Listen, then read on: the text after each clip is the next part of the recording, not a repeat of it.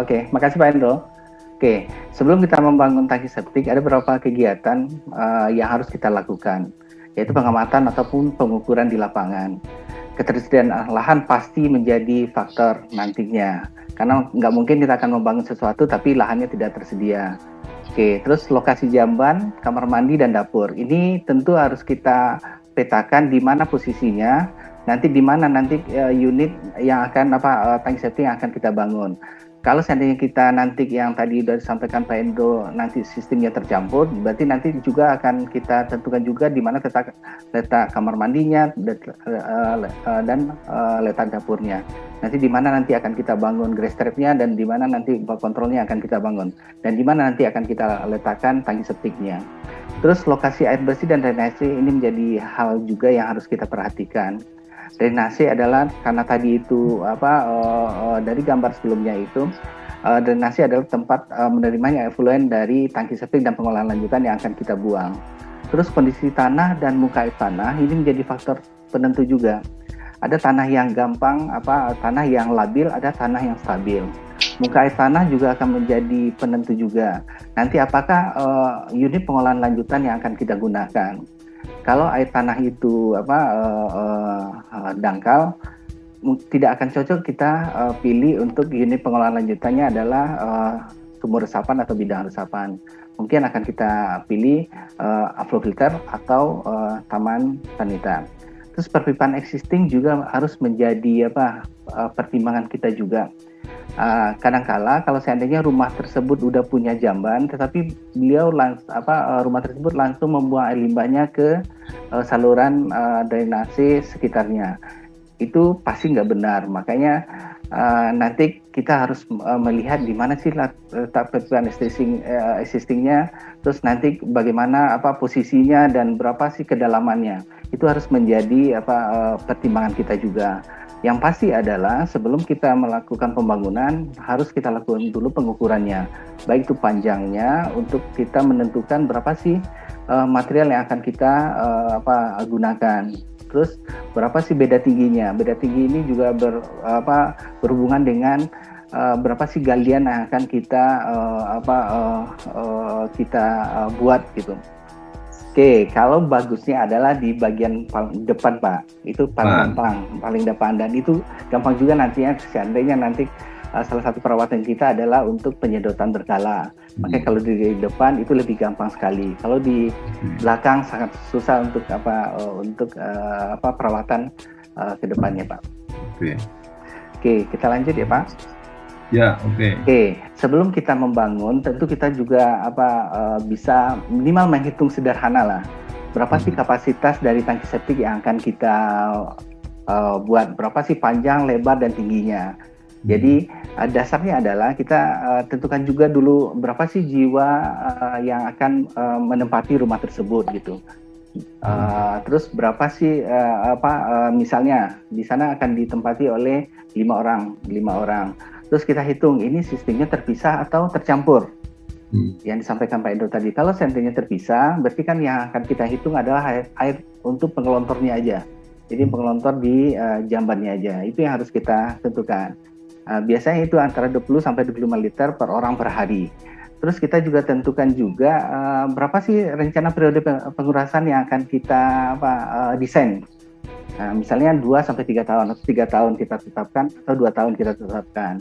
Terus berapa sih banyaknya lumpur yang akan dihasilkan dari orang per hari per tahunnya. Berkisar antara 30 liter per orang per tahun. Untuk sistem tangki septik ini kita mendesainnya waktu tinggal air limbah itu 2 sampai 3 hari. Makanya yang didapat kira-kira kalau untuk sistem terpisah ini kira-kira yang kita butuhkan itu panjangnya kisaran 1,1 meteran, lebarnya hanya 0,6 meter, terus tingginya 1,2, itu udah termasuk freeboardnya. 0,6 ini mungkin agak kalau kita dikonstruksi in situ kita bangun secara di tempat itu mungkin 0,6 pas untuk tapi sebaiknya adalah 0,75. Itu agak lebih gampang orang untuk bekerja, leluasa untuk bekerja di dalam tangki tersebut. Kita lanjut ya Pak. Lanjut. Oke, Tadi tentu tangki septik itu memiliki syarat-syarat yang paling utama adalah kedap. Jadi kita tidak mencemari tanah dan air tanahnya. Tadi sudah dijelaskan juga bahwasannya tangki septik yang baik itu adalah memiliki pipa masuk dan memiliki juga pipa keluarnya. Kalau pipa masuk ada, tetapi pipa keluar tidak ada, berarti belum tangki septik. Pasti itu masih diresapkan ke dalam tanah. Terus juga harus ada lubang kontrol atau lubang sedot atau lubang pemeriksaannya, dan juga harus ada ventilasinya. Ini yang harus menjadi jadi catatan patokan dalam kita membangun sebuah tangki septik. Dilanjut. Oke. Tangki septik itu yang beredar yang banyak diimplementasikan di masyarakat itu ada yang in situ yang dibangun di tempat, ada juga yang pabrikasi. Untuk pabrikasi ini biasanya udah termasuk di dalamnya adalah unit pengolahan lanjutannya. Kalau yang in situ biasanya kita menentukan unit pengolahan lanjutannya tadi berdasarkan ketersediaan saluran penerima, muka tanah, atau kita membangunnya di wilayah padat atau wilayah daerah pedesaan gitu. Jadi di sini ada dua yang penting, prinsipnya adalah di sana tuh ada ruangan untuk menampung, ruang jernihnya, dan ruangan untuk pengolahannya. Nah, di sini kita coba kita perhatikan di bagian atas di in situ itu. Ini modifikasi dari standar prinsip-prinsip dari tangki septik yang sesuai dengan STMI tetap kita terapkan, tetapi kita modifikasi sesuai dengan kebutuhan ketersediaan lahan dan kemampuan dari tukang dan kemampuan dari daya beli dan kemampuan masyarakat untuk membangunnya. Jadi ada yang sistem berbentuk bulat seperti ini, tapi tetap kita bagi dua ruangan, satu untuk pengolahan pengendapan lumpurnya, satu lagi ruangan berikutnya adalah untuk pengolahan airnya, flow filternya. Jadi ada kita modifikasi dengan satu tangki, jadi dua ruangan.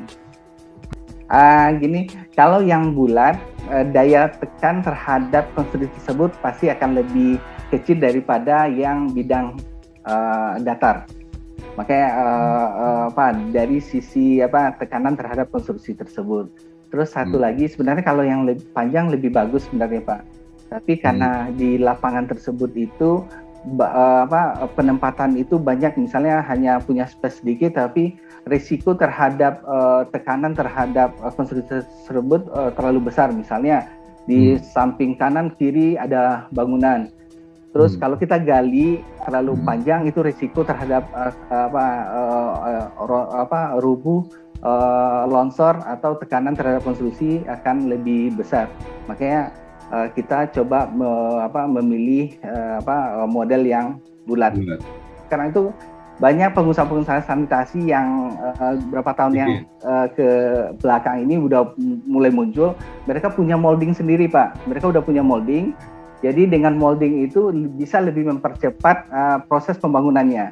Ini ya, kalau yang kita contoh ini adalah beton tanpa tulangan Pak. Beton tanpa tulangan.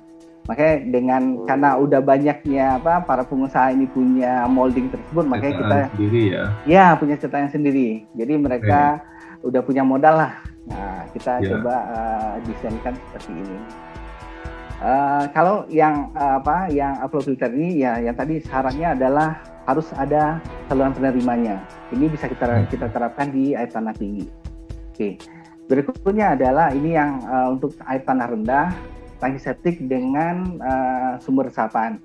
Ini cocoknya memang untuk daerah-daerah pedesaan. Kalau kita di perkotaan seperti di Jakarta dan lain-lainnya, ini memang tidak direkomendasikan untuk kita bangun gitu. Oke, berikutnya adalah dari tangki septik sebelum kita olah dulu di sanitasi taman. Ini memang belum terlalu banyak rumah tangga yang menerapkan ini. Tapi ini cocok untuk seandainya lingkungan tersebut tidak ada saluran penerima dari effluent. Jadi sanitasi taman bisa menjadi pilihan kita untuk mengolah air limbah dari tangki septik kita. Oke, berikutnya adalah ini contoh yang tangki septik pasangan bata. Iya Pak, pasangan bata. Ini kebanyakan di masyarakat itu hanya kadang-kadang memplester hanya bagian dalam. Padahal risiko juga kalau seandainya bagian luar tidak dilakukan plesteran juga. Untuk memastikan kita kedap, alangkah baiknya bagian luar juga dilakukan pemplesteran agar tangki septik pasangan bata ini bisa kita jamin bisa kedap. Oke, ini contoh yang 2 ruang.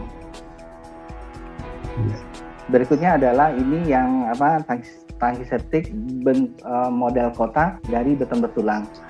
Ini juga udah banyak juga diterapkan di masyarakat kita.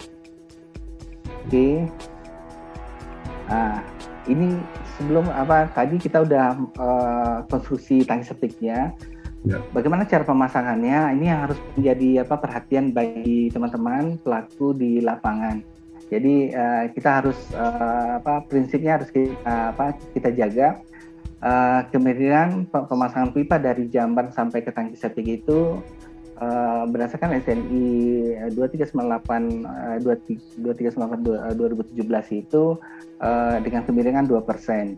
Jadi seandainya misalnya dari jarak antara jamban kita dengan tangki septik itu 300 cm, kalau 2%-nya adalah 6 cm. Jadi penurunan pipa yang akan kita pasang di tangki septik kita itu 6 cm. Oke. Terus di pipa inlet dan pipa outlet di tangki septik juga harus ada perbedaan tingginya.